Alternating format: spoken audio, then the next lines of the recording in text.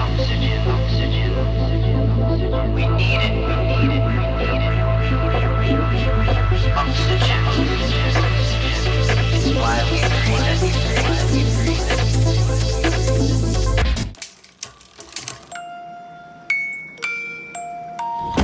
Don't forget to follow Grit Daily News as well as me, your host, Loralyn Mears, everywhere on social media.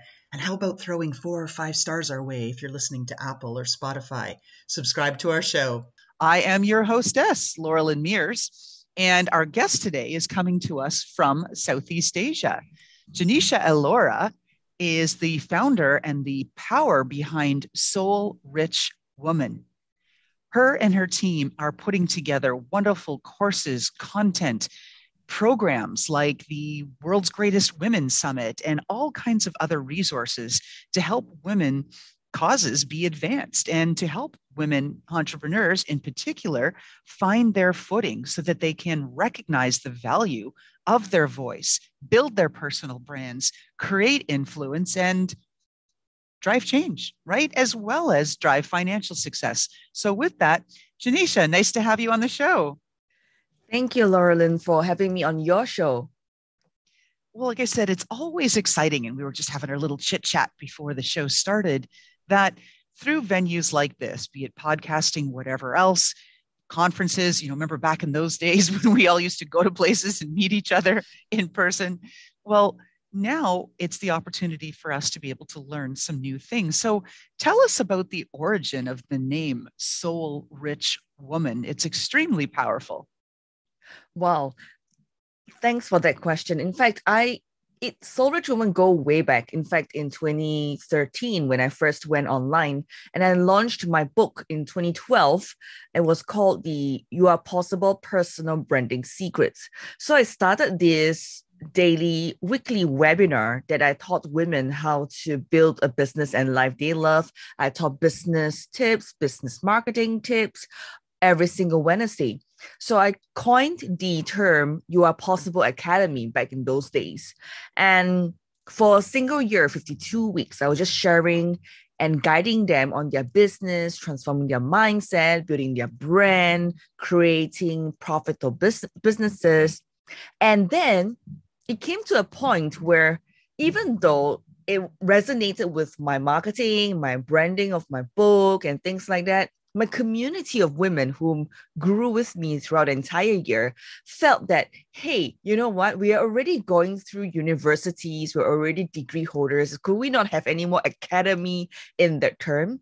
So eventually we went through a rebranding and we coined ourselves as Soul Rich Woman. Now, the reason for the name was because of we wanted women to know that soul, when you are truly mind, body, soul aligned, that's when you can make things happen, because it's no longer just about glorious wins. It's no longer just about making money, but really being able to find a way to find your path as a woman, being able to be who you are truly authentically. And then rich means that you could and you can be able to manifest money through your business, through the things that you do, the contribution, the way you serve, right? Because you deserve to be rich when you serve and add value to other people's lives. So we therefore created Soul Rich Woman to continue to encourage women to be who they are, to be the best person that they can be. So that's how we got started and how this name came about. Oh, I just love things that are towards the advancement of women causes and that. And as all of the listeners on the show know, I love all people. Well, except people that are unkind to other people. I really not a big fan of those, but whatever your gender is. But it's always so exciting to be on the show with another female founder. And I started giggling and had to kind of suppress my laugh when you said, oh, we don't need another academy, because I run the Steeris Academy. So I'm like, I'll have to take note of this, but we'll come back to that. So on the next thing, just really trying to explain it in simple terms, I like to ask this question. If I was an alien and I just landed on the planet and came in front of you, Genecia, and said, tell me in simple terms how an alien would understand what Soul Rich Woman does. What do you offer? Well, it's to allow women to live life at their own terms. It means that we can help women to create their income, create more abundance in their life by getting out of their 9 to 5 eventually, if they want to quit their 9 to 5 job, and be able to provide with their family comfortably with a business that they really wanted to do.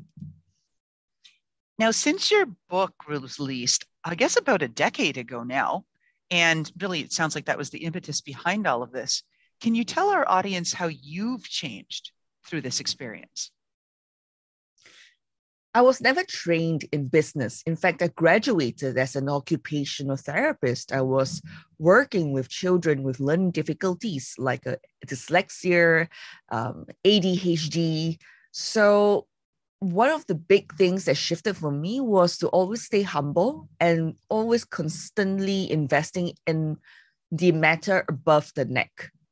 The key thing is, we women, when we stay stagnant and we think that we know it all, or we think that, oh, life is just taking care of our husbands and taking care of our children. Well, the purpose is great, but what if that you could do more than what you are right now, and you could serve more than where you at right now? So for me, it was really to go beyond my comfort zone, be able to never stop learning, keep on moving forward, and really learn about business and learn about how to create a message to help more women, because it's all about not just helping myself, you see. It's really how can we duplicate that knowledge into somebody else's path and help that person to be successful as well. And knowing that working harder is never the answer, and transformation starts with the mindset. If you thought back to some of the hardest days that you've had, and since this is the Grit Files, our audience is curious, what would you share with us as far as the grittiest experience? What did you just absolutely have to gut through, personally or professionally, to get you to here where you are today? Well, I had to support myself through school since I was 14 years old, and it was really not easy, because often being bullied in school. And in fact, it was really quite terrible for one time where the bullies cornered me to one corner at the basketball court. And because I don't have a lot of money, I always wear the same bra, right? And the same stuff underneath. So they pulled open my t-shirt, and exposing my bra. And they sniggered and they said, "Oh, you're wearing the same bra?" And by doing so, I felt really humiliated. In fact, on many occasions, I just wanted to commit suicide, and I felt so depressed, and I wanted to give up my life. And my mom was the one who taught me and told me to turn my mess into my message. My grit was never formed just because, oh, I'm an overcomer, I overcome a difficulty, but rather through the constant fighting to put food on the table, put myself through my education, and the purpose of reason why I'm doing what I'm doing taught me that whatever that comes my way, I should never give up. Never, never give up. Oh my God, my heart sank as you were telling me that story. I was sitting there going, kids are awful. But it's not the kids that are the only ones that are bullying. I mean, you look in the office space and everything now, microaggressions, right? Passive aggressive behaviors, and just downright horrible behaviors, right down to what you hear about in the news, how people are treating each other, attacking each other violently. I mean, it's horrific. Yeah, it's very true. In fact, because there's a lot of unhealed, I would say, emotions, and through our teenage and our childhood, I would say, memories. And because of that, it causes a lot of, I would say, jealousy, heartbreak, and people are just competitive and trying to put someone down in order to climb up the corporate ladder and stuff like that. I think at the end of the day, we must come together to heal ourselves so that we can move to the next level of higher consciousness to really come together as one. Oh, absolutely right. That's the dream state. And that's why I love opportunities like this to be able to talk to other change makers who are finding different ways to navigate the complexity and, quite frankly, the nonsense that's out there, cut through the noise and say, here we go. Here's a path forward. Let me help you. I love that. All right. So here's another question. When you talk about things that aren't so easy to manage, and there's days that, you've mentioned some dark days, sounds like as a teenager. And of course, those days, like you said, those patterns imprint on us and they do come back from time to time. If I asked you, what's your kryptonite? What takes you out at the knees? And how do you fight and overcome being taken out? It's always coming back to my reason why I do what I do, right? There are many times where when we are going through business, we started with, like for me, I started with no money. And then later on, I had business failures as well. And I went in through six-figure debts, for example. And all these failures and successes is just what lies underneath the tip of the iceberg. And to be able to get out of these is really to constantly tell myself and go back to the reason of the core of soul, right? What is the purpose? Why am I doing what I'm doing? I think that refuels me and keeps me going no matter what day or what night it is. And at the end of the day, when you open your eyes and look at the ceiling tonight or today, this morning, and then you said, what keeps me awake at night? What keeps me going? That will be something that could be possibly the reason why you do what you do. And that is something that is key. So for me, it was my mom, right? My mom was the one who saved me from the claws of death many, many years ago. I almost committed suicide, jumped off the 10th floor building. I was sitting on the kitchen window and wanted to jump already. Legs already outside. And so she was the one who saved me and yanked me back off the kitchen window. And it was her who got me thinking about why I do what I do. My mom is so amazing. And even until today, moving forward, she's still a leader in the community. She's still counseling, coaching other women, guiding them, being a leader. So all these things coming together, the reason why what I do, the woman, the pillar of strength and support in my life. And I saw this tenacity and that spirit in her.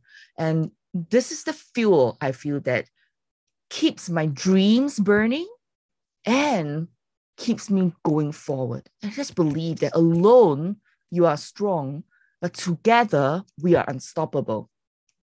Oh, fabulous. And I am also a deep believer in the whole Simon Sinek philosophy, right? Start with why. Once you get that going, boy, oh boy, you are unstoppable. Once you get that alignment, you get that first customer, that's it. You demonstrate your product market fit, and then there is no turning back. Yeah, for sure. You mentioned that you'd had a couple of business failures, significant debt, right? Entrepreneurship is not all bros and Lambos. There's a lot that's out there, and it's not necessarily ready for the faint of heart as far as a career choice. But if we look back and you look back at your business and what you've done, and I said, Genecia, here is a magical undo button. You get to hit it once and you get to change one thing. What do you change? Well, I'll be smarter to invest in my knowledge of business at an earlier age, not after I graduate as an occupational therapist, right? Because in school we were taught to have, I would say, like, you need to have a degree, do this, and back in those days, degrees are important. But I would say if I had the undo button, I would get myself educated in financial knowledge and business knowledge way much earlier to avoid those mistakes I have made. And of course, cliche as it sounds, well, the lessons will have made up the parts of the whole of me, right? But the thing is, if I could avoid all those, I mean, of course, if I could avoid all those, maybe the path of the of Genecia would have been already different. I would not, maybe I would not even be here, right? So then again, yeah, that's what I thought it will be. Well, that's just it, right? None of us know if we change one thing, right? What then the future outcome is if we create that perturbation, right? That everything all just, completely blows up and changes. But that's part of what the fun is about that question, where people do reflect back on their business. And the thing I hear often from our guests is that they wish they had done things sooner. And on your point of financial literacy, we're seeing that in spades now. The younger half of the millennials are asking their employers as part of their benefits packages to teach them financial literacy. How can they invest and do more with the money that they have? How can they grow their incomes, their wealth, and create generational wealth? I think that's a really interesting thing. And you tapped into that early. Yeah. And if I could not, that if we were told that, degrees or certificates are just safety nets, and beyond that, there are more life lessons to be learned, I think we could save a generation on that. Oh, yes, absolutely. You're talking to someone who spent 11 years in university. So yes, there would have been some good lessons to learn along the way. And then I was going for more. I thought, well, I'll start my MBA. I've only got my PhD, my master's, my Bachelor of Science honors.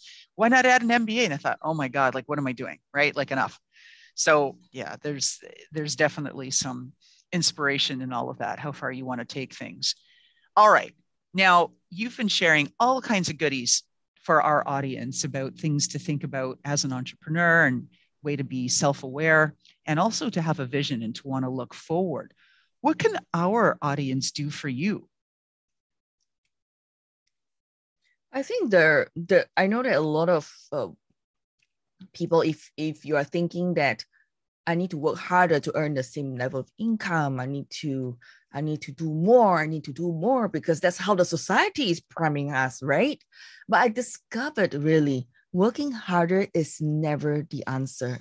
Transformation really begins with your mindset, and that women need to know that they are not alone. So if you're scared right now, and if you're second guessing yourself whether you should do this or do that, you are not alone. And that's normal, because the fear is at the start of your business, and it's very different, right? Because it's the fear of the unknown, and you are stepping into this creative dream of yours with no guarantees of success. I mean, come on, there's no degree in business, right? Guaranteed you graduate with 6 figures income every single month, right? Nothing of that at all.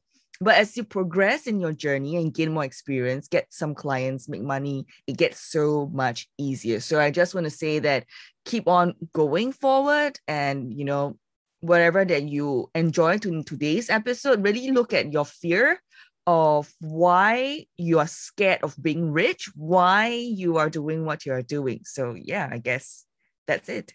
That's really helpful. And how can our audience find you? Well, you can find me on Facebook, LinkedIn, and Instagram at Genecia Alluora, and that is GENECIAALLUORA, Genecia Alluora. And I've got 2 free gifts for you. Secrets of Personal Branding, that's one of my book, and as well as How Do You Make Money Online by Delegating and Hiring a Virtual Assistant and Delegating 80% of your to-do list so that you can focus on your zone of genius. And that is available at soulrichwoman.com, and that is SOULRICHWOMAN.com, soulrichwoman.com. Perfect. So that makes it easier for you to be able to, for our audience, that is, to be able to find you. Okay, last question. Let's bring it home with a little fun here. So if we got the chance, Genecia, to look into your closet and there was a pair of footwear, some shoes, sandals, something, boots that personified who you are, they speak to your personality and what you represent. Tell us about that pair of footwear.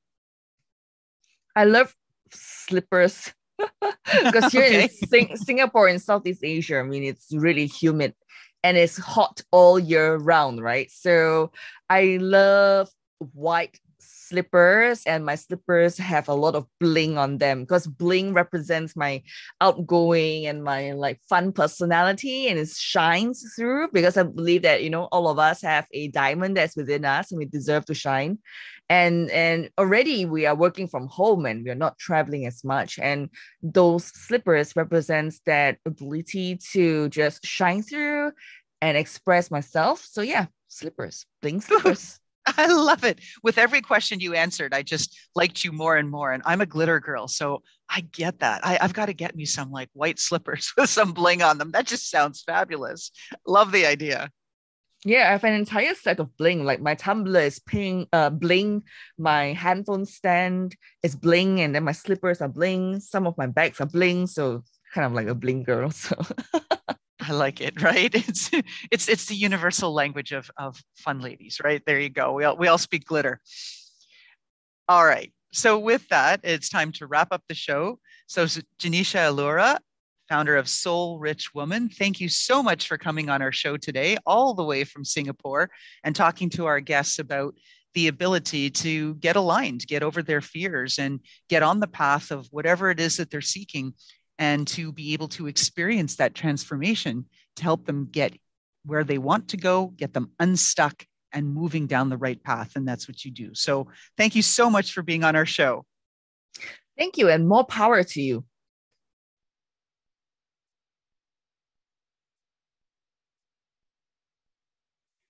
And how about that fantastic intro by Touch Circle?